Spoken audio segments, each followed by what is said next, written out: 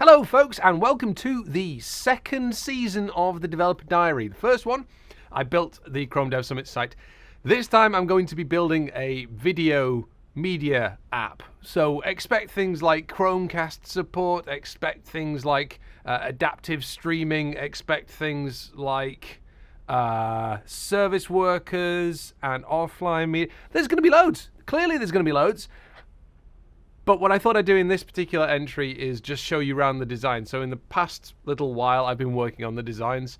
I'm not a designer, so I just sort of I play at design, and I'm now going to show you what I designed. So there we go. That's me. That's what I do, apparently. Right, on my screen then, let's have a look what we've got. Let me show you this actually. This is quite interesting. I think it's quite interesting. I guess you do too, because you've got this far into the video. Right, these are the icons. Now, you might be like, why has he got so many icons? The answer is, this top one, this kind of greeny, turquoisey one, that's what I'm currently going with as the default icon. Probably the one that gets added to the home screen on, to home screen. And then below it, this purple one, let me explain. The problem with the turquoisey green is, what if you get some poster frame for a video that's like really orangey, or just a really different colour, something that would really clash with that turquoise.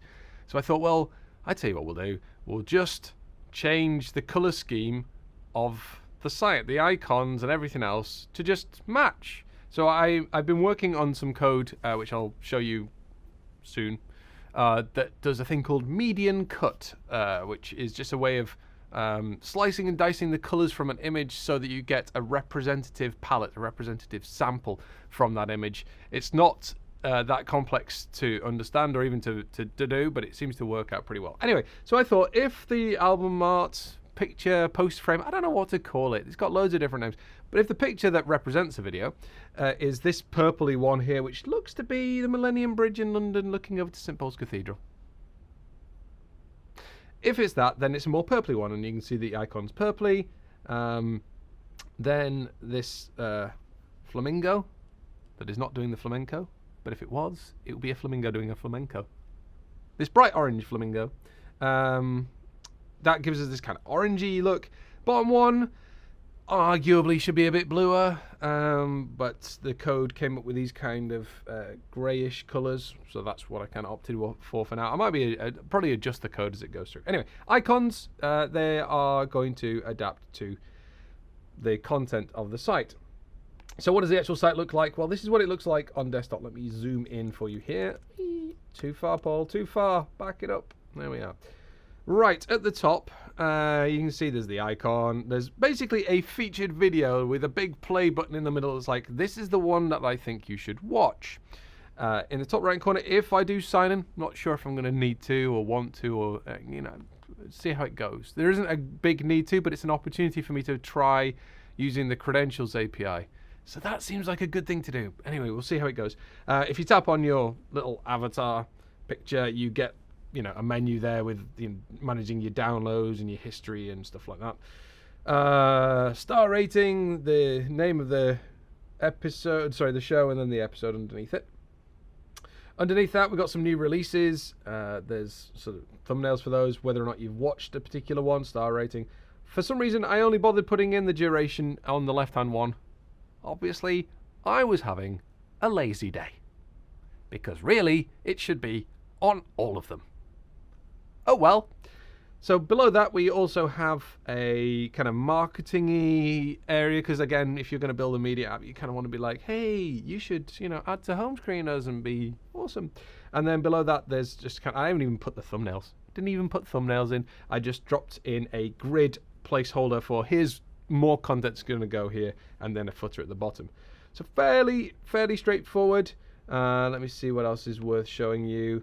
Oh, because you can go offline, there's a version here where you've said, show me only the downloaded ones only, and then we grey out any that you can't play. We put this banner at the top that's like, I'm only showing you the downloaded ones. If you want to see all your videos, switch off that. So that greys out, all the ones that you can't see. Mobile, there's, Mobile is actually not, let me just open that properly. Mobile is not vastly different really to the desktop.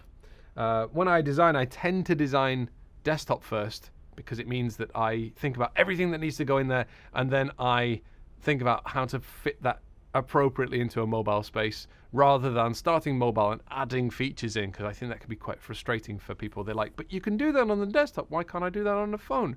So that's tends to be how I do the design. I actually build mobile first, but I design desktop first. Whatever. Right, what else can I show you? Oh, the video player. The actual video player, that's where all the fun stuff is probably going to be hiding, I imagine. This is what it looks like. And we can zoom that down a little bit. It's a bit big. So we have video playing. There's a close button. There's a skipping back and forwards by 30 seconds. I might see how that feels. 30 seconds might be a bit too much. I don't know. Pause play, big one in the middle, but also a small one if your thumb's down in the bottom corner. You might want to just tap that. A time slider scrubbing thing there, so take me further into the video. Volume control. That one may or may not pan out because on a mobile you tend to, I think, do you tap that button? Would you, or would you just use the phone's volume? I think you probably use the phone's volume, so I'm not sure about that one. Full screen, again, on something like iOS, you'd probably have full screen by default if you tapped on a video. I'm pretty sure that's what it still does, whereas other ones might be inline playback. Again, we'll see how that goes. Taking the video, making that available offline is grand. And then a Chromecast button. It's going to be fun. Adding Chromecast support is actually, I think there are two ways to do it, which is interesting. Because I think there's the presentation API, and then there's the remote playback API. Wow, we've got fun stuff to come. Anyway, so that's playing videos. So hopefully you can see the kind of thing that I'm trying to build. It's, you know, think of any video playback service, like video on demand playback service. It's that kind of app, basically. Cool. Right, I'm going to stop it there because I don't want to take up too much of your time.